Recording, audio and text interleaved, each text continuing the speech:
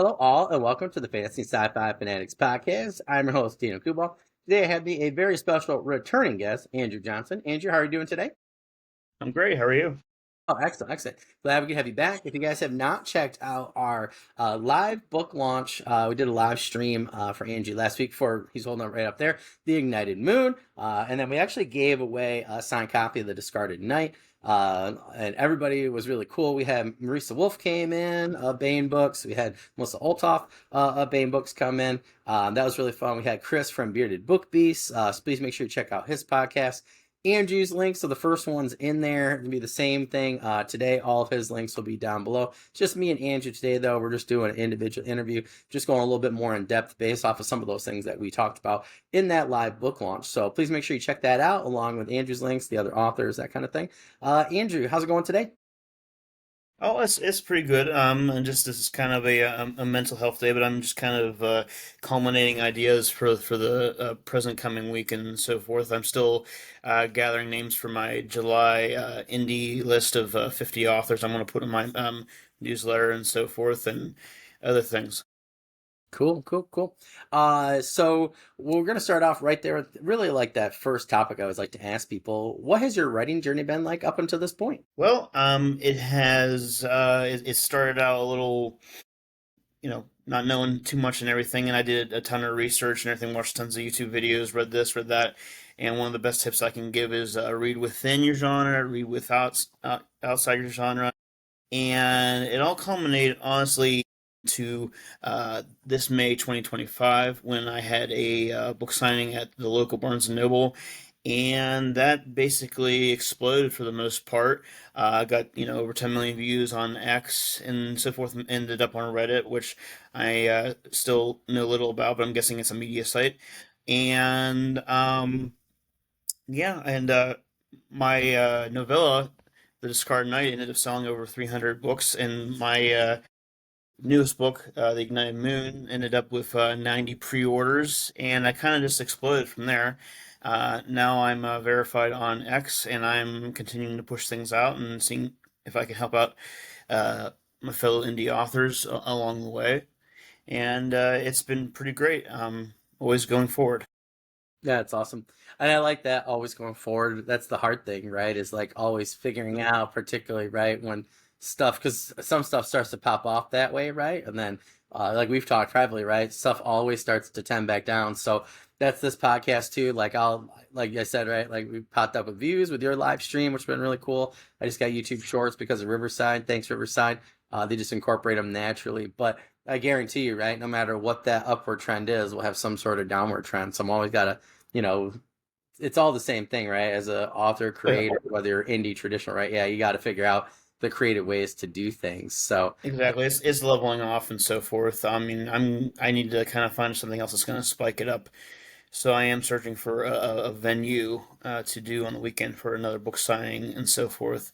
But overall, it's just a matter of plugging away and showing people kindness and reading their books and going from there.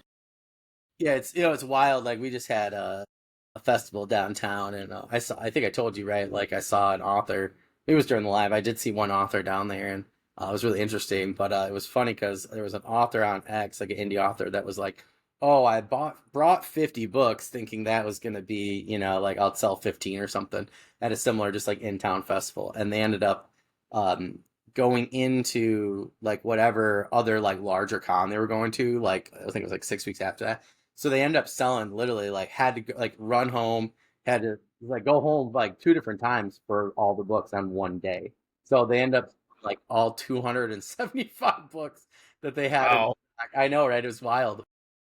Like just a event, right? So then they fell into a trap though, right? Kind of because then they were waiting on books, like think till right the day before, because it was kind of hard to get them, right? And they express Oh, ship. the delivery is all over the place. Yeah, yeah, yeah. But it was wild. I was like, you sold over, like basically between the two events. I think the next one they went to was, not a large comp. It was like a medium one. We have a lot of them around here. But they still, I think, sold like another 100 books. So it's like with just two events, Good. right? Like Good. 320 Good. books, roughly to Good. 350. Good. Yeah. So I always just say though, like unless you get out there, right? Whether it's this podcast, another podcast, blog, I've done written interviews with people before and put them on my blog, like I just think like getting yourself out there is the only Yeah, way you, to you actually can't get out there. you gotta kind of overcome that introvert uh habit and feeling and so forth, because otherwise, I mean, you might get a sale here, sale there. Me personally, after that signing I had in May, I went out and celebrated a little bit because it felt like a great success, and then I ended up selling two books right there in the restaurant Oh, that's and so awesome. forth. And I'm always looking for that opportunity to sell the next book and so forth, Yeah, yeah. because otherwise you're just gonna have a stack of books at home and they're gonna collect dust. I don't think I have it on me right now. I just put it away. Michael J. Sullivan, I actually met him at that same signing I was talking to you about before, like 10 years ago, where I met Pierce Brown and Brandon Sanderson and Patrick Rothfuss. But it was so funny. Like Michael J. Sullivan, like he was on Whispers, Words, and Words and talked about this with his wife quite a bit. They're both awesome and help indie authors out. I can't wait to meet him again. I hope to meet his wife too next time. But they were talking on those guys this podcast like about how like they just like now it's funny, right? Where they go on to Kickstarter and they have these really big Kickstarters or help people with their Kickstarters. But it's wild that like because they used to just like do vanity presses and they would just sell books out of their car. And they was the same thing, right? They'd be talking to me like, oh, what do you do? Like server or something, like whatever, or like go to the gas station or, like get their oil change or something. And, like they were just selling books wherever they were. So I think Well, that's that's really kind of what you have to do. Over the past few days, I ran into at least two couples who they seemed like they were interested into reading what I have. One was reading a Sanderson book and so forth, and he was with his wife. And then I saw another couple. He was wearing like a something about the read banned books shirt and so forth. And I exchanged contact information. I was like, hey, maybe they'll buy, maybe they won't, and so forth. yeah, But you at never know. least I've you speak to people, because if you don't, you know, you can only twiddle your thumbs and hope for so long. You got to keep going. Yeah, yeah. You know, I keep pushing my autograph copies a lot. I actually have like I think four or five left.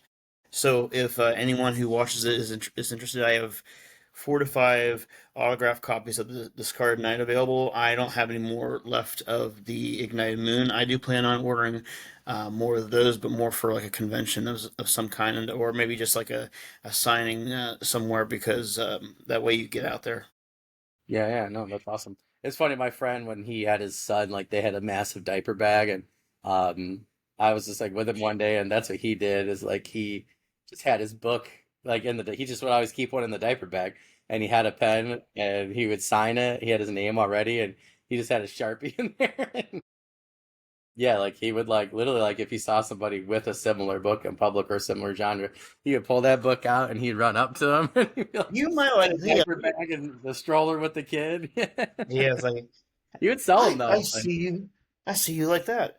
Oh, heck, I yeah, did that. I did something like that at work to where the security guard, I said to him, hey, I run a small business. He said, well, what kind of small business do you run? And I said, well, I write books and I sell books and stuff like that. And I got him interested, and I actually sold him a copy of the Discard Knight. And that's he was cool. wearing his bulletproof vest, and he had all his equipment and everything on there. And he had like a spot where he tucked it. I'm like, that is the ideal spot for Yeah, you yeah, to have, like, yeah. okay, well, I'm patrolling, read and everything, because literally where he tucked it, it wasn't going to fall. Yeah, yeah, So I mean, now and here's the thing, though, too. If you think about it, if he doesn't really get that into the book, he could use it as like at least a inch or so of protection in case there's any kind of an incident and everything. So, and I'm protecting him with fire and ice and drama and turmoil and tragedy, that's in the awesome. face of real life danger. Yeah, yeah, yeah. That's awesome. Where the pen is mightier than the sword, right? Pen is, Henry, the pen is truly mightier than sword. Get out That's of the awesome. German tank. I forgot to tell people Andrew is taking auditions for audiobook narrator as well. So I please am, make sure I am taking. whoever I knows. will jump in there and everything. Well, there's an author from the previous podcast who wanted a little griffin. So I was talking like this, and I wanted a little griffin voice and everything, and talking about me talons and so forth. Oh, that reminds me. Yeah, Melissa's book just came out, Rise Yeah, to Melissa. Rule. Yeah, Yeah, yeah, right, yeah. really, yeah. That's good. Yeah, I can't believe you pulled out the Griffin on the spot. I was impressed by that. I was like, I how can pull you? just about anything out on the spot and everything. It's all, Barney had the Barney bag back in the '90s and everything, and imagination in the Barney bag. So I have imagination in the Andrew bag. That's fair. That's fair. Well, speaking of imagination, let's get into our second question. What genre or genres do you currently write in and why? Well, I currently write in epic fantasy. I will maybe at some point go back into portal fantasy, and that is where my novella is at. But epic fantasy is where my heart and home is, because that's the books that I started really getting into reading. And the Ignited Moon is an epic fantasy where family never goes missing and dragons fly via use of lightning storms.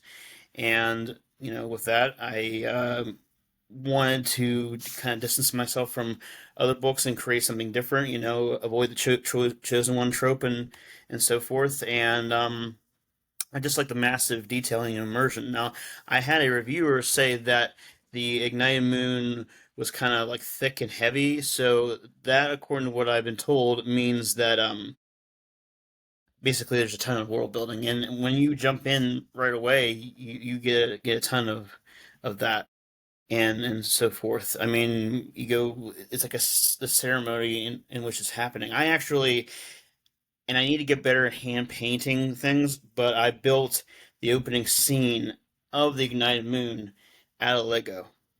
Oh, that's awesome. And I just don't have a delicate enough hand to do the small stuff, but I built the owl goddess statue, the little That's cool. pool thing, and where the main character's at, watching the whole scene play out and so forth. I want to take it to conventions, but I think until I get a steadier hand, it might just be on the back burner. But yeah, you get a lot of immersion out of epic fantasy, and that's what I like, and so forth. And I'm finding that my writing has evolved through that. Awesome. Well, speaking of the Ignited Moon, can you tell us what the Ignited Moon is about and how did you come up with this idea? The Ignited Moon is about a revenge-seeking ice princess battling a world-burning threat. It's basically this woman who goes through not only a redemption arc and a rescue mission, but she also has to stop her world from burning, and the only way you can do that is to create a whole new moon. And what inspired me to write the Ignited Moon was trying to develop a elemental magic system that that focused on emotion and felt realistic to a certain degree and affected the genetics of each character on almost a cellular level. Like I have a character, her name is Suit, and she is energy within flesh, and be careful, don't wound her at all, because then she becomes kind of explosive in a way, and you want to get away as quick as possible, otherwise she'll wipe out a whole city block. And then I have other characters to where they have silver skin that changes shades in accordance with you know heat and cold, and they have hair that's made out of feathers and their bones made out of iron. And one particular character who is 80 in the book, her name is Hesea. Her bones, just like her people's bones, are made out of iron, and she has the stamina and speed of an 18-year-old. So when she gets into a race, she you can't outrun me. I'm quick on my feet and on my toes, and so forth. No, don't be thinking you're going to win. I may be bent, I may be old, but I've got spunk. Yes.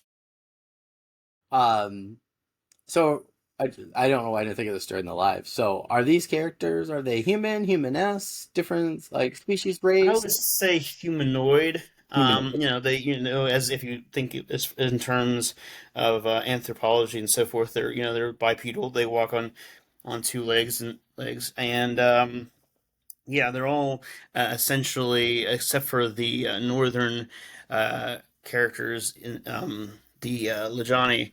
Uh, I haven't explored it further, but they could walk on all fours. They can walk on two legs. They can Cool. use wind currents to drift around, and so forth. Because when they are going into battle, they turn into mist and churning vines, and wind currents can take them if they so choose, but they have a lot enough power to where they can say, "Hey, wind, leave me alone." That's super cool. What kind of like geography or like different type of nations, like how did you split up, like the people in terms of the story for or like your world building? Well, for the Ignited Moon, I like even numbers, so I split it up into four kingdoms, and the kingdom where the main character is from has four owl goddesses, and then the east has one deity, and the west doesn't really have a deity. They worship more storms in general, and in the north they don't really have anybody to worship or anything. That they're very introvert, very in solitude, and actually to a certain point, uh, very selfish and so forth. So I just have everything split up into fours if I can. Now, as you read the book, though, you will find there is a group that's those nations are named after. That it's five, but it's only five because the fifth is the leader and so forth. Kind of like the Mighty Morphin Power Rangers. Well, that's cool. Um, so in terms of like so going back to like, some of their like the different anatomy and stuff like that, um, what kind of like creatures or fantasy maybe like inspired you to, make these humanoids or, the other species or races? Like how did you like come up with these really unique aspects for them? Because they're really cool, in terms of whether it's the elemental powers or just their anatomy in general. So I'm just curious, like how you kind of came about that process, or if you had any inspirations for those at all. Well, I always like to have a mixture of science and fantasy elements. So everything's on a genetic level, and you know, learning control over their abilities and so forth obviously takes time, but they all have their own. I mean, in a way, if you look at the West, one particular tradition, which I actually mentioned in the previous podcast about the hanging down dingle dangles, they're in their huts are actually a feather from each family member. So if you have a newborn that has like a little feather that goes to the hanging down dingle dangle, and then like the grandma or grandfather has the longest and grayest or the longest and whitest feather, and so forth. So it's all down to genetics and cellular level. I mean, I don't like to give people limitless power. So a little bit of a spoiler alert: when you do read the Ignited Moon, you'll see that not eating a lot and the weather makes things difficult to use abilities to function because otherwise it's like it just feels less realistic. You know, you don't want to have unlimited power I know when I get because you angry, I tend to get that way too. So I feel like that's fair. don't want Uh, to be you don't want to be like Darth Sidious. Unlimited power. yeah, yeah, yeah. Well, like I mean, I'm reading like Small Favor right now, and Harry has a situation that occurs where he has a opportunity before he doesn't to take in as much magic as possible. No spoilers there. But it's such a unique, moment because if he was just able to, touch everything, it's almost like he was disconnected with the force for a little bit due to the story. And it was just so interesting. But, it's like those very interesting obstacles, right? Like how to, put those in. I feel like Sanderson does that really, really well, right? And, I mean, probably because Robert Jordan, right, is his inspiration, so which makes sense with Wheel of Time and stuff. But again, I think it makes, I don't know, a lot of people didn't like Iron Man 2. I really did because he I had liked Iron Man 2. like it was I enjoyed so it. unique and creative with when he had to figure everything out without all this tech and money. I mean, yeah, I really enjoyed it. I thought that they did. I thought that was one of the better Marvel movies personally, because it Yeah, wasn't just Iron Man 2, I agree. hitting everybody. Yeah, but it was cool, right? Because he was, it was actually. I felt like not that the other ones aren't great writing, but I thought it was like, was it Iron Man 2 or was it Iron Man 3? It might was 3, but Well, Iron Man 1, I mean, Tony had limited resources and so forth. He was in the middle of the desert. And then the second one, he had everything with him. But as you go along, you see he gets cut off a little bit.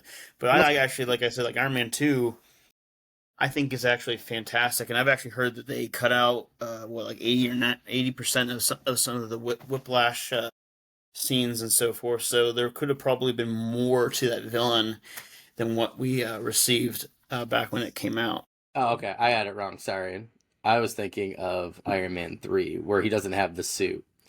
Um, because that was like the whatever that gets blown up and everything. Well, yeah, yeah, yeah. Whenever he ends up in that small town Yep, and he yep, yep, doesn't have all his tech resources and he's just yep. with that little kid and Yeah, yeah, he's yeah. wearing the little kid's watch and stuff. Yep. Yeah, I thought that one was really good. I like that one just because, again, it takes its greatest power, right? Like it is kind of annoying, right? Where I felt like all through like mid 90s and all the like mid 2000s, like 2000 to 2008, it's like Peter Parker was always running out of webs. It's just hilarious, Well, right? yeah, Like, but it's like they had to exactly. find a way to limit him at some point. And I felt like for There a was lot. a vote in Wizard magazine to where they said, which do you prefer Oh, I remember more, that. organic webbing or the mechanical web shooters? And I mean, as cool as it would be to have organic webbing, y- you can only have so many midlife crises and mental breakdowns to a point where it gets too repetitive. And I mean, yeah, you could have too many times where the web shooters get blown up or frozen or what have you. But web shooters, it's just like, oh my gosh, like I need to put a new cartridge in. I'm falling from this skyscraper. This lady's down here 100 feet away and everything, and I gotta figure this all out. There's a bit more of a urgency, like Yeah, yeah, with yeah. my book, the Ignite Moon. There's a little bit more of an urgency to fuel up with food and so forth to to function. Otherwise, uh, you become almost useless. Yeah, yeah, yeah. I like how you took it from like a biological perspective, though, because I think that that makes total sense. Because Yeah, it's more relatable.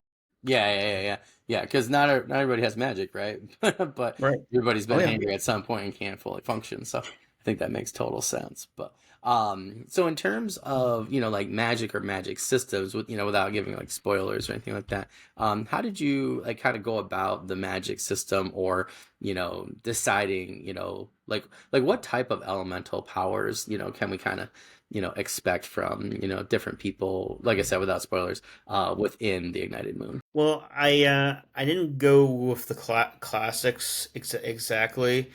I wanted to mix it up a bit. There's like plant life, um, there's lightning, and then there's ice, and then the West. That again, it's the whole genetic, organic sort of thing. They don't have like projectile power, so I'm not sure how to describe them, but I didn't go by like, Avatar: The Last Airbender and so forth, where it's like, Yeah, fire, yeah, earth, and so on, because you hear that all the time in almost every yeah, legendarium of fiction out there, the same four or the same five. So I kind of just broke it down to, electricity, to put it not so delicately, plant life, and then ice, and then when you get into the west, it's more on a level of just their body in general and everything. They're kind of like the dwarf. They're not dwarves, but they're like the dwarves in regards to miners and craftsmen and everything in my world. Um, Kind of like in Tolkien's world. So, but they're still pretty cool. I mean, they move pretty quick. You'll no, find out. that's super cool. So I want to just ask one more follow-up question for the Ignited Moon, and then because we're about halfway through right now, so I want to make sure that we still also have time too for the Discarded Knight and a couple of follow-up questions on that one, and then a couple like things I know maybe you were thinking about in terms of short story stuff like that. But in terms of what's like the if you could pick one thing about the Ignited Moon that you're most proud of, like what one would you pick and why? Could be something you Secondary wrote, characters. process. Okay, cool. Secondary characters. Okay, why is that? Secondary characters because I have always had a soft spot more for secondary characters than I've had for the main character. With if you watch like say Star Wars, I kind of more of a soft spot for 3PO and R2 and Obi-Wan in the original first movie that became A New Hope than I do for Luke and for Leia and so forth. So the secondary characters is the one thing that I favor most as far as the Ignited Moon is concerned because those characters have their own tragedies and ups and downs to go through, and when they face them and when they deal with them, it's a will tug at your heartstrings. I think that's a great answer. Yeah, I think I again just because I'm almost done with small favorite with Dresden Files, but I think that's what I like so much is that like he has a really strong group of secondary characters. Patricia Briggs, oh my God, talk about amazingly strong secondary characters, and she'll like really layer them where like by book 10, 11, 12, 13, whatever she's up to now, she'll pull one in for the main story that you weren't expecting before, and you get like a whole new. Oh, it's almost like she revived the character, that Hmm. secondary character, and then she puts him back in her menagerie, and then maybe you talk about him a little bit next book. Yeah, I think that great secondary characters are really hard to come by, but are really really important. It's funny how Alfred went from like a secondary character in like the original Batman. I feel like now is like definitely a main character, and it's Oh yeah, interesting. I saw a friend where they kind of went over his arc of being a secondary character to a main character. So I think it's really interesting. especially in the Dark Knight movies, he became he went from secondary to main. Well, it's like Aunt May too. I mean, she's really gone with the movies in particular, even with the original one with Tobey Maguire. Like, she really went from being like a secondary character in those early comics to then being a primary character, and then now I don't think I've ever seen anything where she's not a primary character. Oh So yeah. I think that's really cool. So, but it is interesting. So I think that's a great answer. All right, so I definitely want to talk about the Discarded Knight as well. Okay, so what is your book, The Discarded Knight, about, and how did that idea come about? The Discarded Knight is about a Victorian era teen. He finding his courage and jousting to free his family from another dimension. It has a little bit of autistic representation, some pop culture references, a pinch of time travel, and some dragons in it. And it's honestly um, more of a fictional version of my life to a certain extent, except that my parents are awesome. They're not cruel and horrible like Alfred's parents. Alfred's parents, uh, well, you'll find out that they are monsters, and everything. But no, I mean I had a good upbringing and so forth, but just there are certain things about my life that I included in it and changed things around a bit. And I even the main villain is actually inspired off of my previous landlord and so Hmm. forth. And him and I kind of got along, but I won't go into super detail because I don't know whose family is watching. Um, but yeah, it just kind of was loosely based off of my life to a certain degree, and I threw in my interests and I threw in as much as I could of autistic representation in it because I'm on the autistic spectrum, and I really wanted teens, adults, children, and so forth to have somebody to look up to in Alfred Richards, and that's how that came about, and it actually almost got me a literary agent. The agent had said this is the best thing to come across my desk, but she said that she couldn't relate to the main character or she felt distant, which I can understand because you really have to be up to a certain degree involved in neurodiverse people in the subject of neurodiversity to get involved. Now, if you can read it and be like, okay, I understand this and I don't feel distant, that's great, because I want to connect to everybody, because it has a lot of relatable characters. So like I said, secondary characters are important, and there's secondary characters that you can relate to in this book, and it's a fairly short book. It's a novella, and it's actually my highest seller out of the two books. And I've even gotten some people emailing me saying, that uh, basically saying thank you, and to bring it down, to water it down to in the simplistic form. Oh, I think that's awesome. I would definitely disagree with that agent though, I there are plenty of characters that are not me. We're very different, but I've enjoyed them, to a great degree and learned something from them. So, like Jack Reacher, like there are many times when somebody does something to a kid I know, especially where I want to just Jack Reach them, as I call it. Like if the a Prime season show, right? Like first episode, first thing that happens is he stops a carjacking, and I'm just like, man, do I get that. But it's like at the same time I'm not, right? Like, and it's Mm-hmm. interesting, right? And I've been thinking from a D&D perspective, like, and I totally get why he does what he does. And my main character for my urban fantasy series, like one of my main characters, Nathaniel, he's very Jack Reacher-esque, but he's also more like me, I would say. Like he's willing to do the hard things, but like I don't know. Like when I was reading the character though, like from Killing Floor and stuff like that, like I don't know. Like I still was able to relate to him and to some degree. So Mm-hmm. I don't know. I always find that when you said that, I always find that interesting. Maybe like they meant more like you know majority of people, from a Mm-hmm. literary standpoint. Yeah, I think I from a also, marketing perspective, yeah, that might have been it. I also totally disagree from a business perspective because I think, a lot like there are so many like if you did it as like young like young adult up to like 21 or whatever. I don't know. I just being a teacher, I totally disagree with that as well because I think a lot of people would either, know somebody or, in their class or something. I don't know. It just always sounds like a cool story, which is why I bought it. I'm excited to read it. But yeah, I I don't mean, know. it's a YA portal fantasy, so it can relate to, teens and young adults.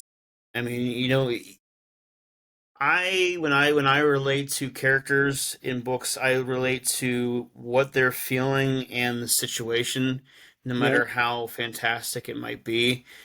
And when you go throughout the Discarded Knight, you will find characters that you can relate to that have similar struggles to yourself. Um, I mean, hey, it's like I said, it's doing pretty good, and I still have some autographed copies left of it, and it's actually my favorite book to have written so far, and I have two more Iron Frost books to pop out to the world. But the Discarded Knight is my favorite because it's something that nearly everyone can relate to at some level. Yeah. Everybody's had crummy parents. Everybody's had struggles with mental illness up to a certain degree, um, and that's what makes it special. Yeah. Yeah. That's my point. Though. I think everybody can, whether like doesn't matter what group you are, right? Like there's always been a time, right, where I've been, you know, like I haven't felt like part of the group, right? Like at different points, right? Like, um, and maybe that was just me, but it's whatever. But like everybody's felt like that at some time, So even like Mm-hmm. a feeling, with like you said, like his parents and stuff, like everybody's felt unwanted, whether it's parents or someone else. So I totally agree. I think that's where looking at, you posting the reviews and stuff like that, or just things people have said to you on Facebook or X or whatever about the book. I think that really is what's sticking with people, right? Is that like everybody can relate to your characters. But I always think that's really interesting. So do you mind just getting into? Oh, so sorry, getting into the overall story just a little bit more without spoilers. Can you give us like the Amazon sell for the Discarded Knight real fast? Well, the Amazon sell for actually, I mean, I can to without spoiling anything at all, I can read you the back blurb Perfect. that will put it in the best summarized form. Alfred is the son of a wealthy butcher during England's Victorian era. None of it matters when he isn't permitted to leave the house. Alfred's crime? Being born differently from all the other young lads of London. It's not until his father gives him, oh, wait, no, excuse me, it's not until his father gives in that Alfred is allowed to attend school. He is bullied, but able to achieve his desire to make a friend. The friendship won't last, and neither will his time in the outside world. Alfred is committed to an asylum after his father reveals a dark secret. His banishment doesn't stop there. Alfred is sent to another dimension. There he finds family he never knew existed and must win their freedom. The worst part is, if he doesn't succeed, he and all of his family will cease to exist. So this, I mean, this book is kind of it's a battle for existence. And a lot of folks in today's age are in a way battling for their own existence because of laws that are made, rules that are passed, no, rules that are made and laws that are passed. Um, and that's one of the things that helps connect with readers is that Alfred, he, if he fails, there goes all that family, there goes all that friendship, there goes all that knowledge he gained from reading books, and that it goes there goes everything. I mean, you know, it stinks when you have a father like his who's a perfectionist and wants that perfect child. But and we can relate to that. We have father figures out there in the real world that they want that ideal child. Like a father wants the son or the daughter to be proficient at baseball whenever he wasn't back in the day. So he's a perfectionist at baseball and wanting the kid to be a baseball player. And there's no baseball in this and so forth. It's just more along the lines of just fitting into regular society. You know, um, that's a struggle, especially for people on the autistic spectrum who it's called the invisible disability for a reason. In the Victorian era, Mm. they don't know what autism is, but yeah, I mean that's basically what it's about for the most part. And I encourage everyone to give it a shot. Yeah, it's an interesting point you bring up. So as soon as I told my old school class, my old school that like we were having my son and everything, they were all like I coached for a long time. I'm taking a break now, mainly for my sons, so I could be home and helping things and actually be here instead of gone all the time. But they were asking me like, "Oh, are you gonna try and get him to play soccer? Are you gonna try and get him to like all the sports I've coached and played?" And I'm like, I Mhm. don't care. I'm like, what if he doesn't like sports? I'm like, he loves music and things like that. Like he's pretty good at soccer, but my kids now, my high school students will ask me, they're like, "Oh, do you want him?" I'm like, it doesn't matter what I want to do. I'm like, we're trying Right. to figure out what he wants. It's what he wants to do. Yeah, but It's what it the child worries wants to me. do. Yeah, but it worries me, right? But how many of Right. them, you know what I mean? Like I'm like, is that how it is for you at home? It seems like a norm for them, right? Like, oh, you want him to do Mhm. what you want to do. And I'm just like, wow. So I always think about that. I'm like, nope, just want him to do what he wants to. If he wants to be a theater major or drama geek, as I always like to call myself back in the day, I'm totally fine with that. I love musicals. I Oh, yeah, love exactly. I Definitely love got to it. be a drama geek. Heck, I was in 3 musicals and 4 plays, so Yeah, yeah, you yeah. know. Like, and now I gotta say, don't worry, guys. I won't disown him, but I will be a little disappointed if he does not like fantasy and sci-fi. Now, I think we're good because he loves PJ Masks, loves whatever, like Mini Force or whatever, the little mini Power Ranger thing. He seems to like the Ninjago, so we're gonna incept the Right. fantasy and sci-fi as much as possible. But if he chooses fiction, guys, then it is what it Oh, is, yeah. or periodicals or something. Right. But I think that's a Right. really good point that you're making there, Andrew. I like the theme of the Discarded Knight, especially so. And oh my God, the cover! Like I actually really love the Ignited Moon cover too, but I love the Discarded Knight. Like that one is one of the cooler covers I've seen. I love the Ignited Moon. Oh, can you talk to us a little bit about the covers, actually, Andrew. Just I know we're winding down on time here just a little bit, but do you mind just telling us, in terms of the Ignited Moon, like kind of what's going on a little bit with the symbolism of the cover? I know you got that on the live. It was super, super cool. So The symbolism with the cover for the Ignited Moon. Um, the spear is kind of like the main character has to reach a certain point in order to master the ability to form said spear, because in ancient societies, women are raised one way and men are raised another way, and that is a struggle for her to form that spear with her ability. And you know she struggles with it in the beginning, and you'll see how much she struggles. I mean, and how her struggles actually do help her survive in a way, and so forth. But you'll see how that happens. And as far as the moon in the back is concerned, it just gets consumed by fire, and the magical elements that you'll see in the book will tell you that. And kind of there is some withered trees on the side and so forth, and nature really does take a browbeating throughout this book because of what has changed. Now, as far as the Discarded Knight is concerned, um, yeah, I mean, you are exchanging swords, and there is a jousting in the book, but it's kind of like we had to fight with the whole distance thing. yeah, yeah, yeah. And the lances are what, like 20 feet long, give or take, or whatever it is. So trying to do that on a book cover, Yeah. you'd have like a itsy bitsy little knight, and then you'd have one real close. So you had to go with the swords and everything, which I was totally on board with.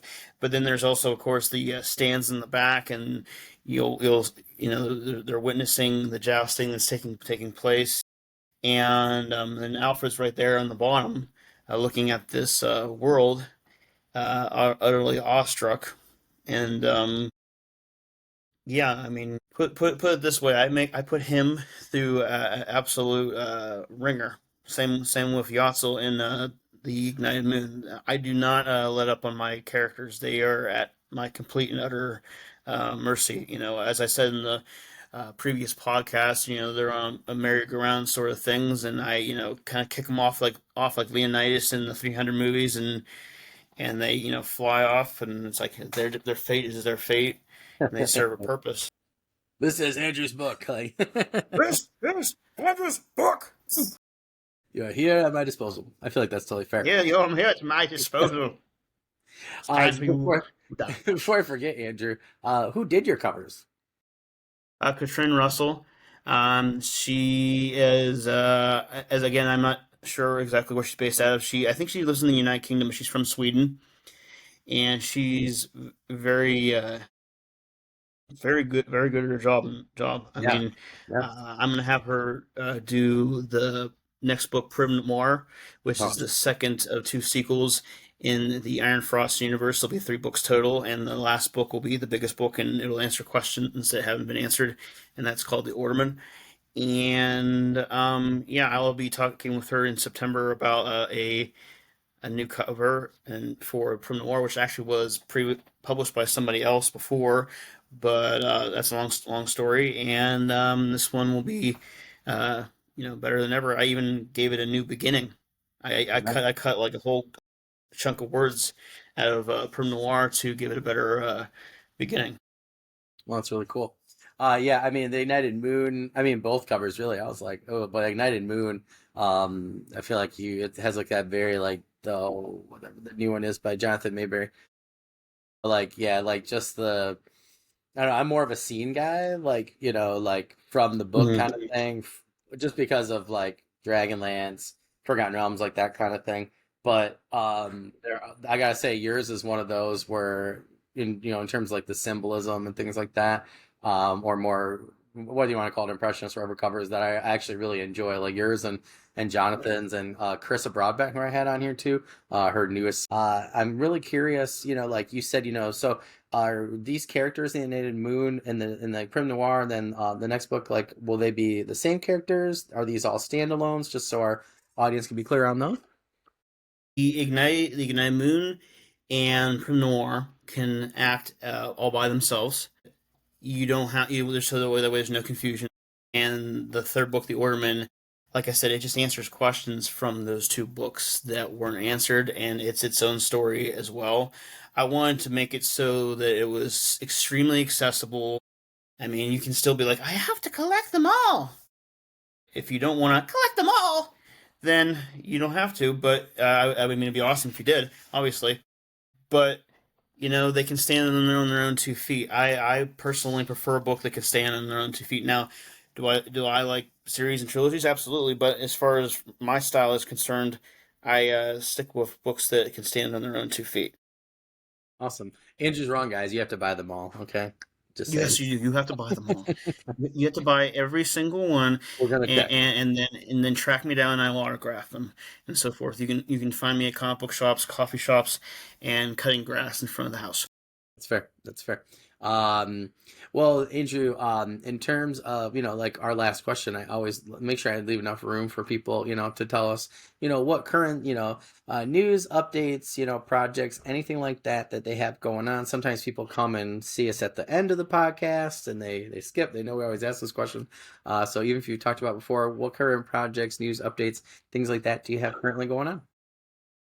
I am revising a tie-in short story that I originally wrote back in 2018 alongside The Discarded Knight, and it will explore the villain of The Discarded Knight, and it will be a post-apocalyptic time travel story that will go from a frozen England future to Pittsburgh, and then I've already fully revised Prim Noir, and that only needs to be formatted and given a cover and so forth, and set a date and finding ARC readers for that. Now, as far as the Orderman's concerned, I actually have to kind of rewrite the whole thing without actually rewriting the whole thing. I just have to kind of change the parameters of the villain, what the villain wants, And and then, what the heroes want, and so forth. But that is just some tiny little tweaks that I think won't take very long. But I'm trying to spread things out a bit. Now, as far as I've had people ask about audiobooks, that is going to always be a work in progress until I can summon up the finances for that. So shameless self promotion. Buy my books, and I'll make it a whole heck of a lot easier to make the audiobooks. But yeah, the audiobooks are in the future, hopefully soon, but I can't make any promises on that.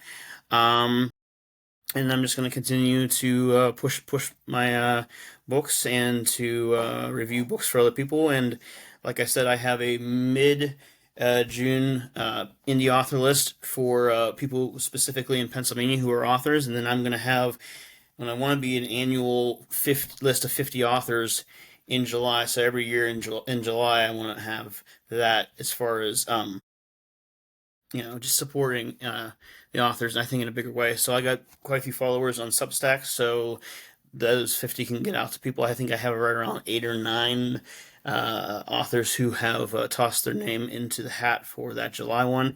I think I have about 3 for the Pennsylvania one, but that's what I'll be doing. that's awesome.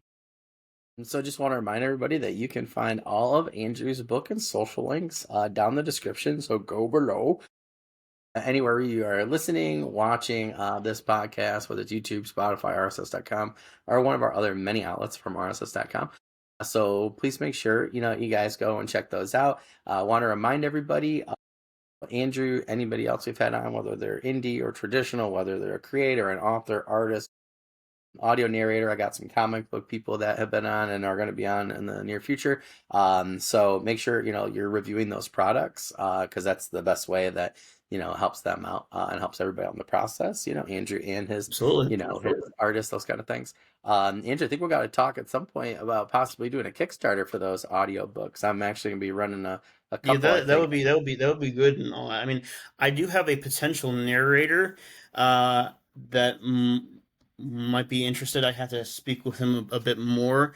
His name is Scott Walton. He's done some audiobooks, and he's been in some plays and so forth, and he's even done those